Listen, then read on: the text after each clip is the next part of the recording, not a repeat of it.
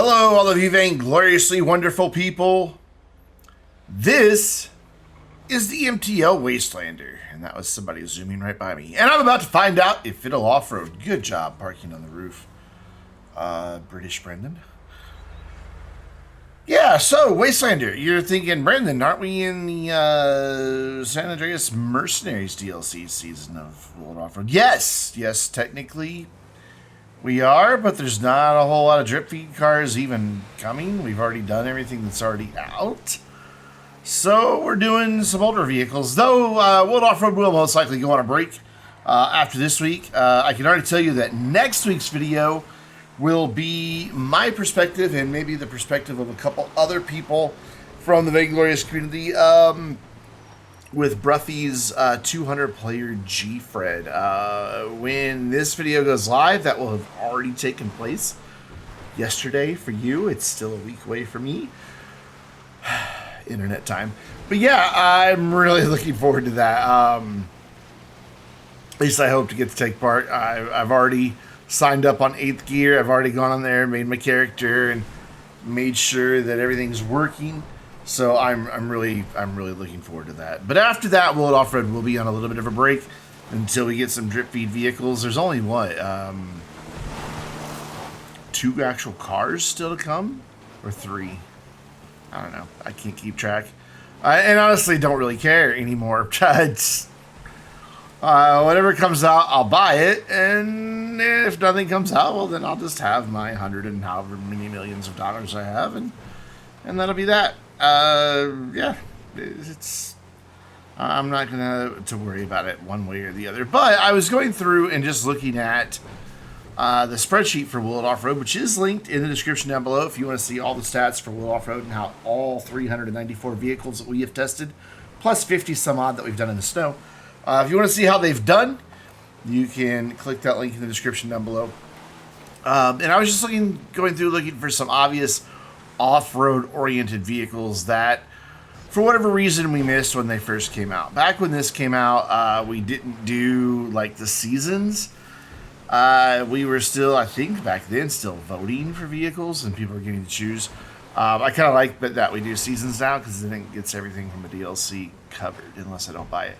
Obviously, we won't be covering the new weaponized Kanata, because it's a helicopter, and we've only done one helicopter for the lulz, not for anything else. The Wastelander, interesting vehicle. It's a very slow but steady. Like it never really spins its wheels. Like it's just grip for days, and it's got the low end grunt to go, but not a whole lot of high end to really get it going fast. But as you saw just a few moments ago, it does like to kind of tip over now and then. The physics are a little Dune-like, but not quite as exaggerated as the Dune.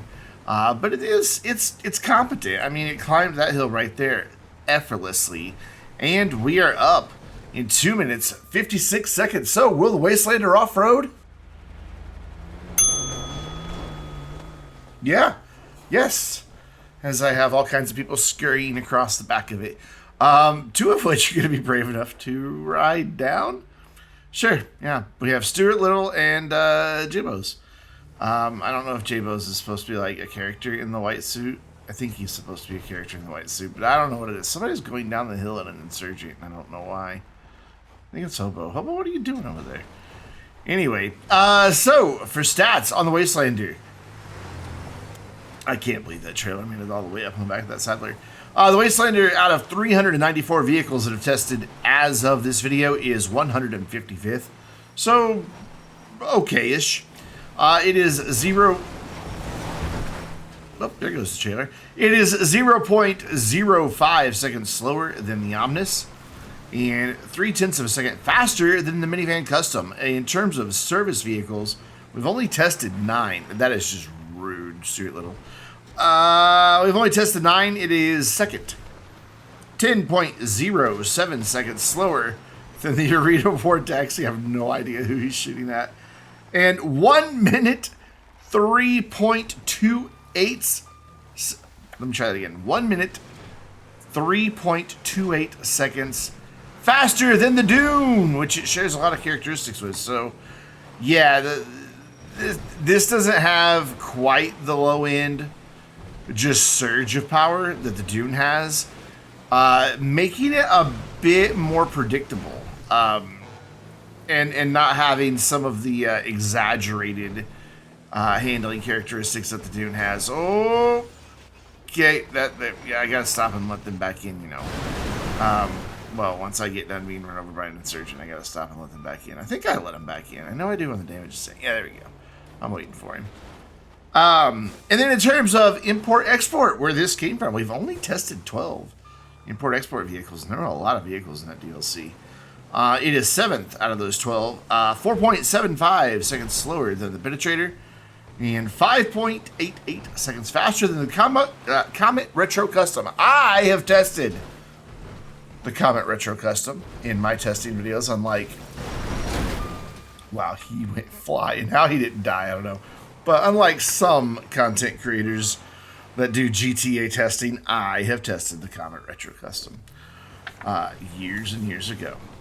But yeah, I like Wastelander. I think it's a lot of fun. I had a good time with these vehicles today. They're the next one that we're going to look at. It was a struggle, but I still had a good time just hanging out with everybody. And you can hear and kind of enjoy a bit of the hangout right after we hit the tree of many crashes here. There, that's one you don't get in your bingo card very often. But we have a behind-the-scenes version of Will It Off-Road. It is ad-free, less edited, and includes a lot of outtakes. And it also includes our Discord conversation from the day that we record. And again, that is ad-free and available to channel supporters, whether you're a YouTube member, Patreon supporter, Twitch subscriber, or a subscriber on the Vainglorious Discord server itself. We're down 3 minutes, 11 seconds. 3:11. Good band. So we're back up at the top of Mount Chiliad with two very brave souls in the back of the Wastelander, and I'm immediately stuck. Normally, I'm not allowed to have any help, but in this case, I'm like, here, just hit me, get me going, and then from there on out. This would have been a DNF otherwise. It's just a little too wide for the ramp. But between those two, we got nudged out, and somehow the brave souls in the back have not fallen out. That would be one heck of a ride. I mean, just imagine that in real life, just sitting there hanging on. Like, you're not actually strapped in any way. I mean, look how violent the reactions are. The reactions are when we land, and yet, no, they're fine. I think I have to go pretty much, yeah, completely on my side for them to ever fall out, which, you know, they just did, and there was lots of squishy sounds happening just then. But I'm gonna be nice. I'm gonna wait. But I think this is the point where I go a little too soon. Yeah, J-Bo's wasn't it? He didn't have a seatbelt on yet, and yeah, so I had to stop and wait again. But it's okay. So Stuart Little is now a Sasquatch with a goldfish astronaut head. And hey, it's Raven coming down to the 6x6. I was wondering where he was. I wasn't paying attention to the minimap. But I just drove over that freaking truck like it was nothing. I don't know how Donkey died. He said in his screen he went flying out. For me, he was just there and just suddenly killed over. J-Bo's, though, holding on till the bitter end. He's like, I'm not going anywhere. I, for some reason, thought it would fit under here. No, it wouldn't. Do you hear that in the distance? Yeah. Train! It's fine. Wastelander's just like, whatever. It did. I don't know if the back end was already banged up like that with the back wheel leaning way in. Well, there is definite damage to the wheels now. But this thing is just... For damage to sit, for a vehicle this big, it's been pretty easy. It's not been fast, but it's been easy because it just doesn't... I don't know, it just doesn't struggle with any bumps or anything like that. It just goes, look at that. Look at his character just hang on through that whole thing. It's very impressive. We are down 2 minutes, 28 seconds. Let's take a look at the damage. Hi, Hobo. Let's take a look at the damage on the Wastelander. The main headlights are gone. It does have the bent wheels. And there is a teeny tiny bit of body damage from that hit from the train. But nothing too significant. There's not a lot to damage on the Wastelander, so there's not a lot to report. There are the support vehicles, including one very battered saddler from the front, from the back, and that will bring us to our next vehicle. The Karin Technical Custom. I was going to do the Karin Technical, which I think I own. Pretty sure I own it. But I forgot it was a Pegasus vehicle. And then I saw that this one was in my garage, so I'm like, let's do the custom instead. It has upgrades, and the other one doesn't. And it has been a very, very, very long time since I had driven this. This video is the first time, maybe since like within a month or two of when this originally came out with like gun running, that I've even driven this. And I kind of forgot one of its downsides is that really, really heavy gun in the back causes some weird things to happen on the bumps. When you go over a bump, the front end doesn't come down as quickly as the back end does. And as a result, it's light on its front wheels. Therefore, steering input is not very precise. And you're going to see that come into play right here. You can see I was turning right for quite a good chunk there. But there was just no grip. The front wheels were just bouncing too much. Even though the back wheels were still on the ground pushing me forward. Front wheels had no bite whatsoever. And I couldn't get up. So this is going to be a theme on this ascent. I'm trying my best to find that sweet spot on the throttle and not spin my wheels, but also found a better spot to go up on the side of the hill there. But you'll see that several times that I am turning the wheels. Like you can see the wheels turned. But the truck does not go in that direction at all.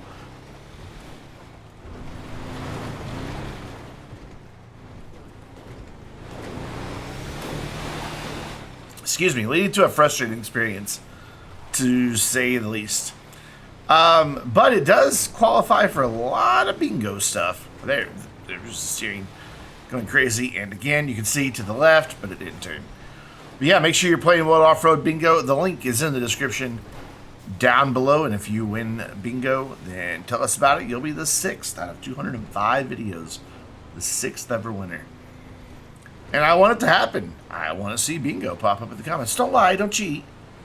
But if you get bingo, tell us about it. And of course, you can take part in the recording of all of our community videos. We typically play on PC. If you're a member of the Vainglorious Discord server and you have the game that we're playing, well, you can join us. Of course, you should still join the Vainglorious Discord. We have people from every console you can imagine playing pretty much every game you can imagine. And we would love to have you as part of that ever-growing community. We have some pretty chill people there that can drive a Karin Technical Custom better than me. And again, that was a situation where I went over a bump. It bumped in one direction. I corrected with the steering, forgetting that I'm not going to land in time on the front end. And so the wheels didn't get any type of grip with the ground to turn to avoid this fustercluck. Yeah. I mean, what are you going to do? It's the nature of it. A lot of times when there's errors like this, I will restart the test. But on this one, I really feel like it was more down to the characteristics of the truck itself. Sure, I may have made errors, but those errors are compounded by the characteristics of the truck. So I don't know. This one's up for debate. I was really tempted, especially that very first time that we went off. I almost called it and restarted it. But then I was like, nah, you know what? I think it was really the truck. And on this one, it really was the truck. Everybody thought I was going to just skip over this. I knew I was fine. This thing, the way it lands, I knew it would stop right there on the ridge. No problem. Everybody else was like, no, slow down, slow down, slow down. Like, I'm fine. Settle down, Mom. But, no, my mom's not here. My mom does not take place in World Off-Road. That would be hilarious. She'd giggle all the time. That's what my mom does when goofy things happen. She just starts giggling and can't stop. Yeah. She once, when I was a teenager, made my brother-in-law take a saw in his pickup truck. Because I live in Arkansas, of course. My brother-in-law had a pickup truck. But take us in his pickup truck to go buy a bunch of toilet paper to go toilet paper our youth pastor's house. And she sat in the truck and giggled the entire time. Yeah, it was great. We're up 4 minutes, 37 seconds. Will it off-road? I mean, it made it, but no. I mean, even though it says yes on the screen, no. It's just the characteristics of the truck on hills and bumps make it too unpredictable. So, even though technically, yes, it can do it, and it can get up the mountain, I would highly advise against it. Not only does it take forever, but it was unpleasant and unpredictable. But we do now once again have J-Bo's back in the back of our truck. So all is well in the world. In terms of performance, out of 394 vehicles, it is 340th. 11 and a half seconds slower than a freaking Lurcher. The Lurcher. And nine and a half seconds faster than the Hermes. In off-roads, out of 40 off-road vehicles that we have tested, it is 37th. Terrible. 22.4 seconds slower than the Bruiser. 12.13 seconds faster than the RC Bandito. So, not really keeping good company there. In gun running, we've only tested 10 vehicles. Again, kind of surprising that's all it is. And it's 8th. So, yeah, not any good. It is a minute 22.7 slower than the Dune FAV. And only 12 and a half seconds faster than the anti-aircraft trailer when it was being towed by the saddler that just spawns with it. I think. Pretty sure. Oh, J-Bo's, I'm so sorry. Whoa, hello, Avenger. Yeah, J-Bo's fell out. I gotta wait for him. And then he just slides, butt slides over the back. And then, yeah, he wasn't quite in, and physics happened, and I ran over his dick, apparently, and that killed him. Let's be honest, if a heavily armored pickup truck with a machine gun in the back ran over your dick, you would want to die too. Even if you don't have one, you would still want to die. It would just be unpleasant for you, and I think you would just be like, you know, I'm done. I'm good. Who is shooting at me? I have no idea who's shooting at me. Might be J-Bo's. No, J-Bo's can't move that fast. He's a person. I don't know where he went. He respawned somewhere far away, and I'm like, I'm not waiting. Yeah, I abandoned him pretty quick, didn't I? I suck. But, yeah, so this thing is not quick. It's not pleasant. You can see I'm just struggling with it, even down here. Just little bumps and little things. It's just, I'm kind of, you know, beating the drum, but it's unpredictable. It just isn't good on the bumpy bits. You know, I think on flatter, bumpy roads, it would be fine, but I think coupled with the hills and everything is what really trips it up on the mountain. Because, you know, even down here in some of these bumps, it's not as bad. Yeah, definitely you got to be careful, but you don't have elevation changes to worry about. We are down 2 minutes, 54 seconds, so we are going to head back to the top of Mount Chiliad. This Avenger makes the landing right there in front of me. Throw this thing off the side, and away we go. It was pretty easy to keep flat in the air, though. There's a broken Avenger. It just kind of died right before we took off. But we made it over it, no problem. Ooh, bonk, the gun got stuck on something there. The gun and the trailer hitch, I think, gets stuck on a lot of stuff, if I remember right, going down. Or maybe it's another vehicle I'm thinking of. Hard to say, out of nearly 400. They kind of all run together after a while. But I still enjoy Will It Off-Road. It's a lot of fun. Just to get to... It's an excuse to get everybody together to hang out, and the stuff you guys don't get to see in the outtakes is probably the part that makes me enjoy it the most. You know, we just get up to shenanigans, as you do in GTA. You know, killing each other in comical ways, and watching the game that's 10 years old try to keep up, and causing weird things to happen as a result. You know, it's great. I really thought I was going to be stuck in the trees right here. But I just drove right out. I couldn't see what I was doing, but somehow I just drove right out. I guess I was just right where I needed to be. Oh, hey, J-Bo's. I guess he gave up trusting me after having, you know, died. And seeing me kill Donkey with the last vehicle. Yeah, this thing's just bouncing and rolling all over the place. Again, unpleasant, unpredictable. But it's almost done, thankfully. But I still like it. I mean, it's based on a cool truck in real life, so I gotta like it for that. Almost smashed them, didn't I? Yeah, almost. Look out, donkey. Get out of the way. And we're down 1 minute, 36 seconds. Let's take a look at the damage on the technical custom. The right window's missing. It's kind of hard to tell, but if you look really close, you can see it's missing.